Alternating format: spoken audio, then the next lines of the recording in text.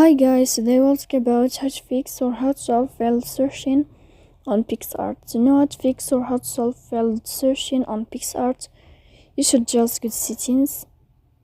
Here you can click on apps, default apps, app settings. Then this list you will enter to the window or to the app of Picsart. Here you can click on first stop and you can click OK. Then we'll enter to the window of storage.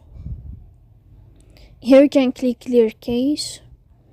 Don't click clear data because that can cause you errors or can delete your account.